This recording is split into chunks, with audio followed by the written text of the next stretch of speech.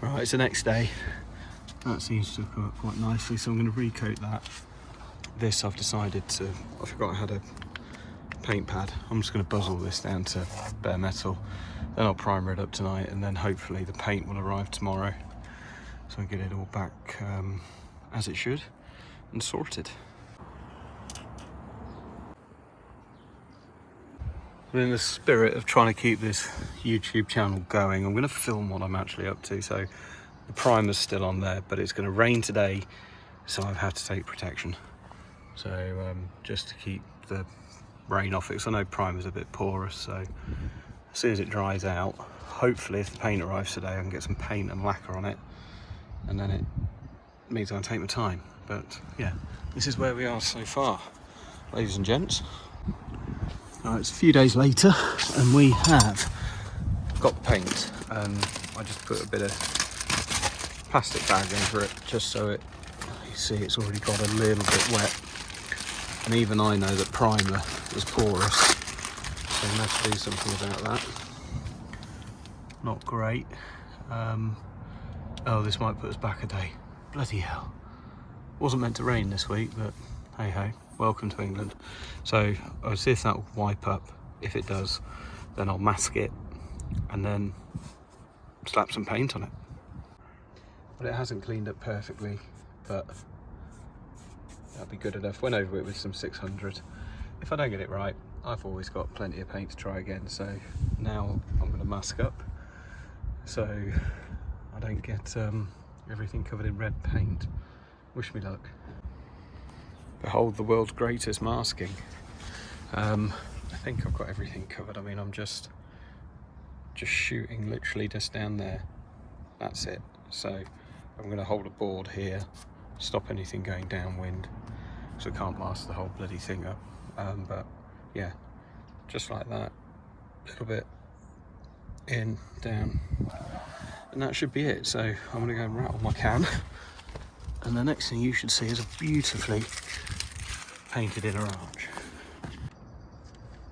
Right, I've got a couple of layers of paint on, and it seems there's a couple of pinholes, which I don't think I should be too worried about, but it seems all right. I mean, I won't know till I take the masking off if I made a monumental up, but so far so good. I'm going to put one more coat on, then let it flash, and then I'll put the lacquer on, and then we'll see where we are then. Okay, so the top bit of the lacquer seems to have gone quite well, which is good, because that's the bit that will be seen. This bit, that run, is, and I don't know if that's a reaction, it's causing me murders, but that is going to be, that bit's hidden behind a bit of trim, and that bit's going to be covered in stone chip, so I think I can fix that. But I am concerned about the line I'm going to leave. That was a really bad error of judgment there, so I guess we'll have to wait and see later if that's going to be a problem or not. But I'm going to give it another minute or two and then put a final coat of lacquer on, and then quit while I'm ahead. I'm not going to get tempted to put more on. Okay, so half an hour later, top looks really, really nice. Got something strange going on there, which I don't like the look of, and then a load of reaction down the bottom. Obviously that, I don't like that, but I am going to paint over that so I can re-prep that. This bit, however, I don't know. I really don't know, but I just wonder if it's time I can take the, I'm desperate to take the masking off to see if I. Well, that was funny. I just did a whole long video on the reveal and realised I'd press the photo button instead. But I am pretty pleased with that. Obviously, this is going to be painted stone chip, and it may be that I have to do the whole sill to make it match, because I don't know what this is. It's like a matte. The reason I painted it was because if I didn't get the chance to stone chip it today, it would have been plain primer, and it's porous obviously, so at least it's now protected. This bit doesn't look too great, but it should be okay. And the line, I reckon with a bit of careful wet sanding, I can make most of that disappear. Tiny bit of primer over spray, which is annoying, and there. But overall, I'll take that. I think I gave myself a 6.5, maybe a 6 out of 10. You know, it will pass, and it will certainly pass from more than a few steps, and it's in a place that no one's really going to look. So I would bet that I'll need to revisit this within 12 months, but not bad for an old boy. Right, nearly a week later, so it's had plenty of time to go off. I'll just try and rub that out with a bit of 800 and 1200, and then I'm going to prep this for some stone chip, but I'm really concerned about getting a match. I just don't know what that's been painted with. It's got it's textured, but it's not rough. Just ignore that scrap. I might end up doing the whole thing, but I'm just going to see if I can blend it, because it's fairly low down so people won't see it, but I'm going to give this a rub, see if I can get rid of that line. Okay, we have more lessons. So when you're rubbing down a uneven surface, you will break through really easily.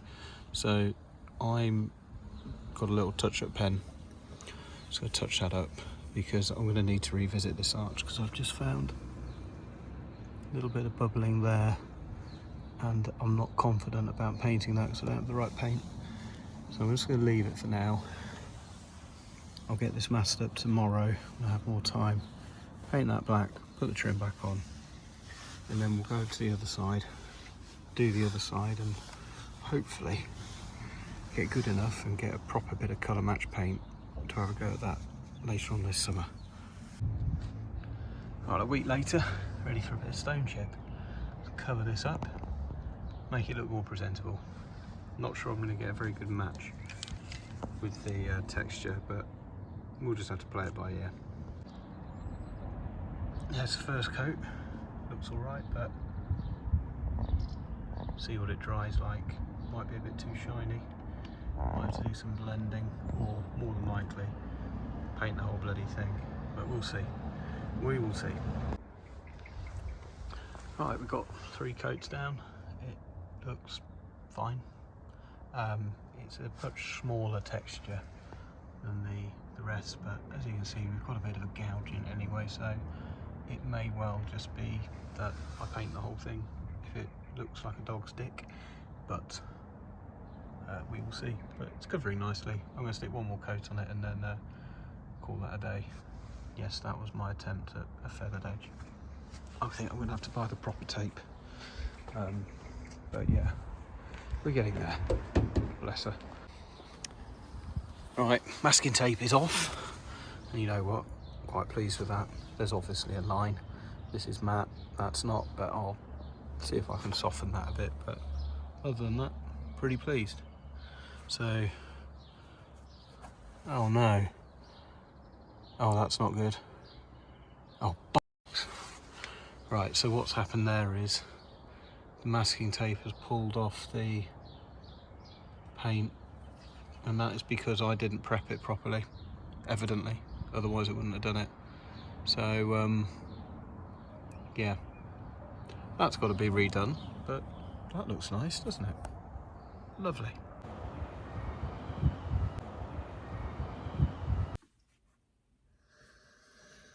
Back in the Mercedes.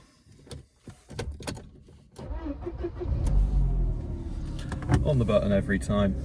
So yeah, just thought I'd do a quick explanation video, and thought I may as well do it as I'm driving to Screwfix. Just to go over some of the jobs that I've done and got wrong. The paint was a bit of a disaster the first go, but the second go looks a lot nicer. So yeah, I think I've mostly got that on film. So yeah, you'll be able to see the disasters that happened there. Yeah, so I think yeah, the first paint job, I mean, I just didn't get rid of the rust sufficiently. I just went over it with a soft brass wire wheel on the drill, and that wasn't enough. and then when I put the tape on the paint, which I think I'd left it over a week, it just pulled it all off. So I went back over it with manually with some paper, got it down to a really nice kind of shiny metal, and then painted over that, which I didn't film. I did it all in one go. So I put the primer, paint, and then a lacquer. It seems to have done quite a good job. So yeah, pretty pleased with that. But I think the moral of the story is do a good job on the prep. But it seems to have come up okay. But I've got the other side to do. The problem I did have was I had a line where I'd masked it, but some of the primer had got under the line, and I had to go over it with a touch-up pen. So I think it's going to need a revisit. But you know, we'll see when it comes back through, and I'll do it then. You know, the metal's got plenty of meat on it, so I'll get another go at that. And then I've gone around all of the arches and cleaned them, taken all the arch liners out, washed them, treated them with a trim sealant, and it's come up beautifully. It looks absolutely mint. But both of the front wheel arches are starting to go on the outside at the top. There was a load of mud in behind, which I've cleaned out. So I don't know what to do, because the wings are generally very solid, so I'm a little bit reluctant to change them.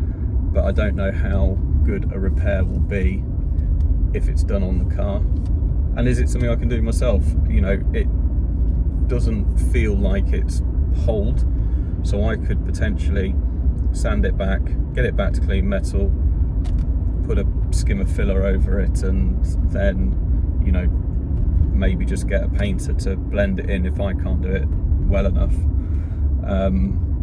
But either way, I don't really want to do that until I take this off the road for the winter and I can put it in my unit and take my time, knowing that it's not going to get wet. So that's something else to consider. But yeah, it's come up beautifully. So I think the next job will be to jack it up and do under the sills and clean those, and just get it looking really nice. But I never did a follow-up video to the exhaust. But if I put the window down, we're in a street surrounded by buildings, so you can hear the car. No more exhaust noise. What it was where it's got two down pipes. They go into a Y piece and then straight into the cat. And the cat that was on it was a original, but it had been knocked out, so there's only a kind of a thin sliver left. And the replacement cheap cat, because you can't get new ones anymore, was making the same noise. So I got a custom exhaust put on it. The guy's done a really good job. He's put an extra box in there as well to make it even quieter, and it goes into an original Mercedes rear box, of which I've got a new one to go on when I get some time, but the current one's fine. But to solve it, we had to put a D-cap pipe in, and that got rid of the noise. So he's made it up so I can bolt the cat back on come MOT time, so we're road legal. Although that said, it went through the emissions with almost no cat in there before, so maybe it's good enough anyway.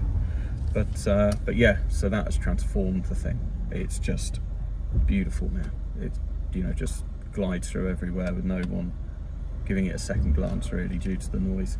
Obviously people see it and go, it's amazing, because it's a gorgeous car. Although that said, no jokes, I do get the odd compliment on it, usually from strange older men like me, but a compliment's a compliment. But other than that, it's running like a dream. It's annoying rattle when I creak when I rest my elbow on the door card. The gearbox is still not great going from first to second when it's cold. Aerial's fixed. I got the only one in the world, a Hirschman H11 mast. That's gone on. Now that's running like a treat. Oh, bad news, you can see the headliner has dropped.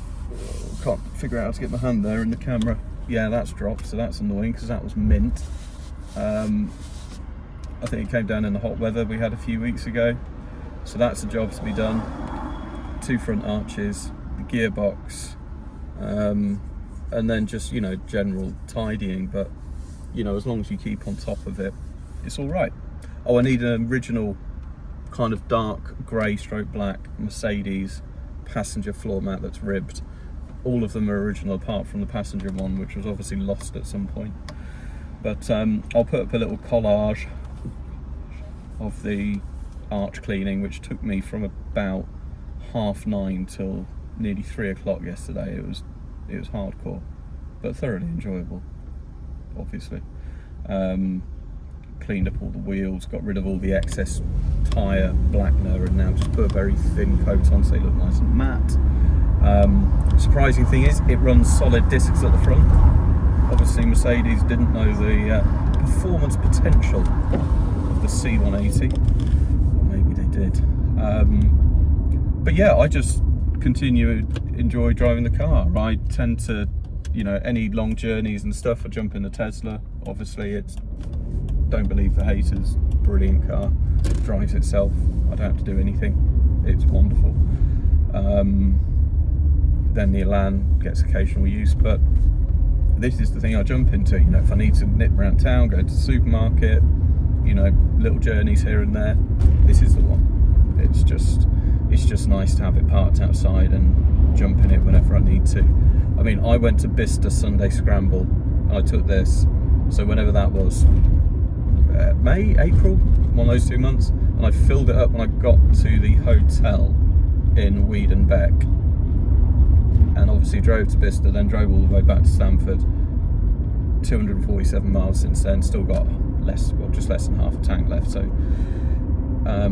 you know, I don't do a lot of miles in it. I don't intend to anymore. I just want to keep it fairly infrequent use, keep it a dry, well, obviously we'll get used in the wet, but a summer car. You know, I want to clean it all up. I'm going to do the sills and everything next, as I've said. I've got to get the 2 wings done, and then I'll do an under bonnet. It won't be a detail, but it'll be an under bonnet clean, just getting rid of, you know, as much of the years of grime and stuff out of it. And then yeah, hopefully next year get the gearbox done and the wings. But there's also a Ford Puma that needs attention. That needs, I think, about $3,000 on it to get it how I want it, and then that, unfortunately, will probably replace the Elan as a track day car. I don't know, something about the Elan just feels wrong, kicking it to death around the track all the time. But I've built it as a track car really, so it's now not that usable on the road. But there we go. But you know, hopefully this video gives everyone just a sense of just how bloody nice this car is. It's just, you know, you just potter around. I mean, what am I doing at the moment? Out on the open road, doing 45 miles an hour. I've really no interest in going any faster. It's just nice. It floats along quite nicely, and believe it or not, it's got a decent chassis. You can, obviously, everything happens at a much lower speed, but you can adjust the car. You can, you know, when you crack the throttle on, I say crack it on, 'cause it, you know, never does anything really, but you feel it adjusts the car in the corner. It's really nice. It's really nice, and everything's just got this satisfying mechanical feel. You know, the buttons are good because it's a pre-facelift. It hasn't got the soft touch buttons. It's proper old school Mercedes. It's, you know, as close as you're going to get to a 201 or a 124 really, without actually having one of those. And the advantage with a 202 is they're worth two parts of nothing. You know, you can pick up one like this, which was really, really nice, for, you know, anywhere between like £1,500 and £3,000, depending on how nice it is and the engine and its history and stuff.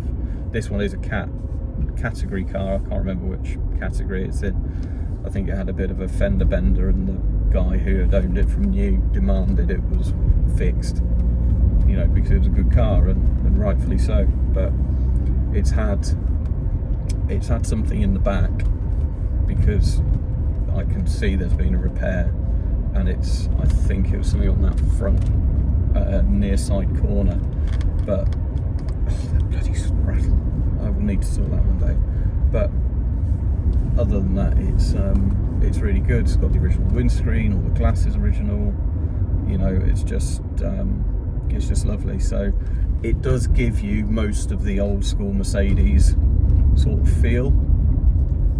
It's not, obviously it's not a 124 and it's not a 201, you know, those cars are properly, you know, rooted in peak Mercedes, but this is pretty close, and for the money, for what you get,